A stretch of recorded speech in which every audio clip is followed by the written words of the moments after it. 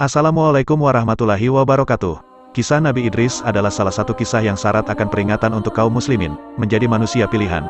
Ia sudah diberikan kesempatan oleh Allah Subhanahu wa Ta'ala supaya dapat merasakan bagaimana kematian, melihat surga, dan melihat neraka, sebuah pengalaman yang tentu saja akan membuat merinding. Nabi Idris sendiri merupakan keturunan keenam dari Nabi Adam alaihi salam. Ia adalah seorang putra dari Kabil dan Iklimah, putra dan putri Nabi Adam.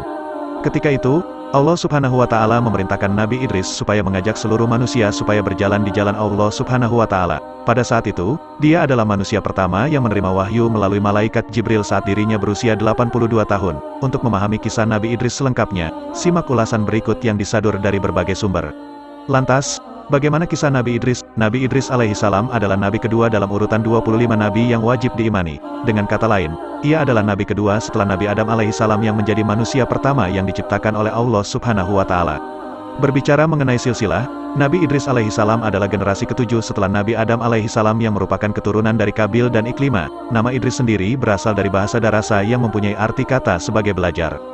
Maka dari itu, tidak salah apabila kehadiran Nabi Idris alaihi salam kerap dihubungkan dengan pesan kecerdasan yang bersifat wajib dimiliki oleh semua manusia. Menjadi seorang pilihan Allah, Nabi Idris mempunyai kemuliaan sebagai berikut.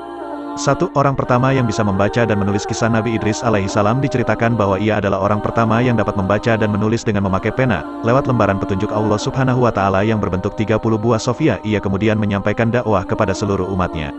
Selain mempunyai kemampuan dalam membaca dan menulis, Nabi Idris juga diakui menjadi seorang nabi yang sangat rajin dan gemar belajar, karena cukup aktif dalam mempelajari sejumlah hal dan secara konsisten melakukannya. Ilmu pengetahuan pun bisa didapatkan oleh Nabi Idris. 2. Memiliki pengetahuan. Nabi Idris alaihi salam memiliki berbagai pengetahuan.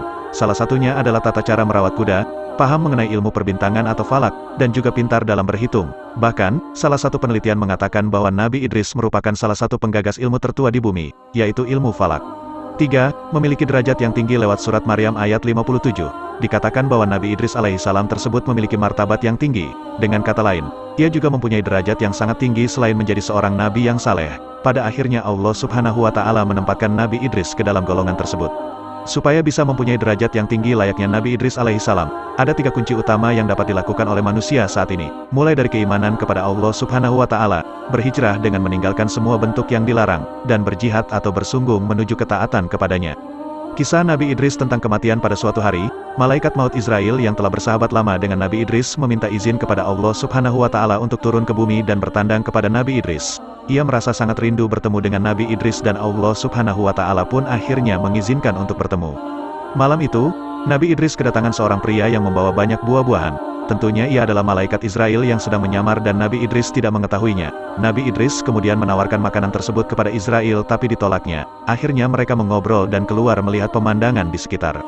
Setelah 4 hari bersama dan cukup akrab, Nabi Idris mulai curiga kepada tamu tersebut, karena tamu yang menyamar tersebut tidak pernah menyentuh jamuan makan sama sekali. Nabi Idris kemudian mengajukan berbagai pertanyaan lantaran diliputi dengan rasa penasaran. Nabi Idris bertanya, "Ya Tuanku, siapa sebenarnya Anda?" Malaikat Israel menjawab, "Maaf ya Nabi Allah, aku sebenarnya adalah malaikat Israel." Tentunya Nabi Idris terkejut mendengar hal ini karena malaikat Israel sendiri bertugas sebagai pencabut nyawa manusia. Kemudian Nabi Idris bertanya lagi, "Kau sudah 4 hari bersamaku. Apakah kau sedang bertugas untuk mencabut nyawa makhluk di dunia ini?" Malaikat Israel menjawab, "Wahai Idris, selama 4 hari ini memang banyak sekali nyawa yang telah kucabut. Roh makhluk-makhluk itu bagaikan hidangan di hadapanku. Kuambil mereka bagaikan seseorang sedang menyuap makanan."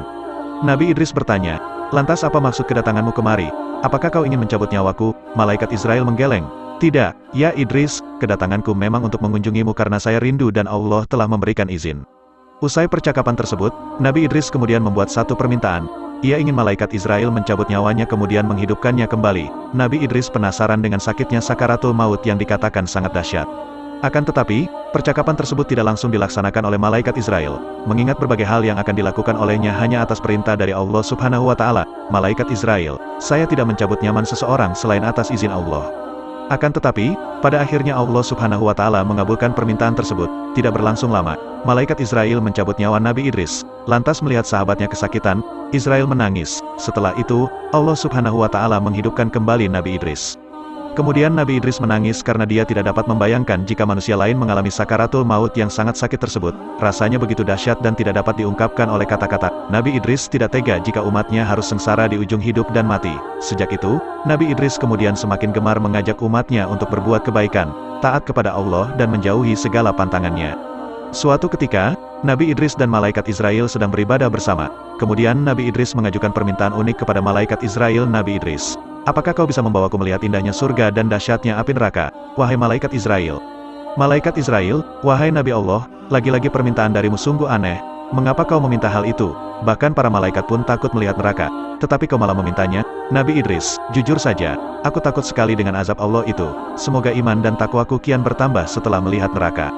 Kisah Nabi Idris melihat neraka. Mereka kemudian pergi untuk melihat neraka. Ketika hampir mendekati lokasi, Nabi Idris kemudian pingsan, karena dia melihat malaikat penjaga neraka yang sangat menakutkan. Ia menyeret dan juga menyiksa manusia yang sudah durhaka kepada Allah Subhanahu wa Ta'ala semasa hidup di dunia.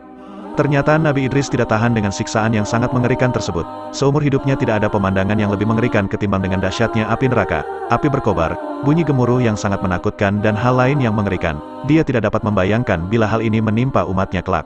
Kisah Nabi Idris melihat surga. Kemudian malaikat Israel mengantarkan Nabi Idris ke surga. Di tempat terindah ini Nabi Idris juga nyaris pingsan. Akan tetapi, bukan karena takut atau melihat yang menakutkan, tapi dia sangat takjub dan terpesona dengan berbagai keindahan yang tampak di depan mata. Nabi Idris melihat sungai yang airnya sangat bening. Sementara itu, di pinggir sungai ada pohon yang bagian batangnya terbuat dari perak dan emas. Dia juga melihat istana yang megah untuk para penghuni istana. Sepanjang mata memandang terdapat pohon yang menghasilkan buah-buahan segar, ranum, dan harum. Setelah berkeliling, malaikat Israel mengajak Nabi Idris untuk pulang ke bumi. Demikian yang saya sampaikan dari kisah Nabi Idris alaihi salam. Jika ada salah kata saya minta maaf yang sebesar-besarnya. Saya ucapkan terima kasih sudah mengikuti video kami. Terus dukung kami dengan cara like, komen, subscribe dan tekan tombol notifikasinya, supaya Anda yang pertama melihat video terbaru dari kami. Akhirul kalam. Wassalamualaikum warahmatullahi wabarakatuh.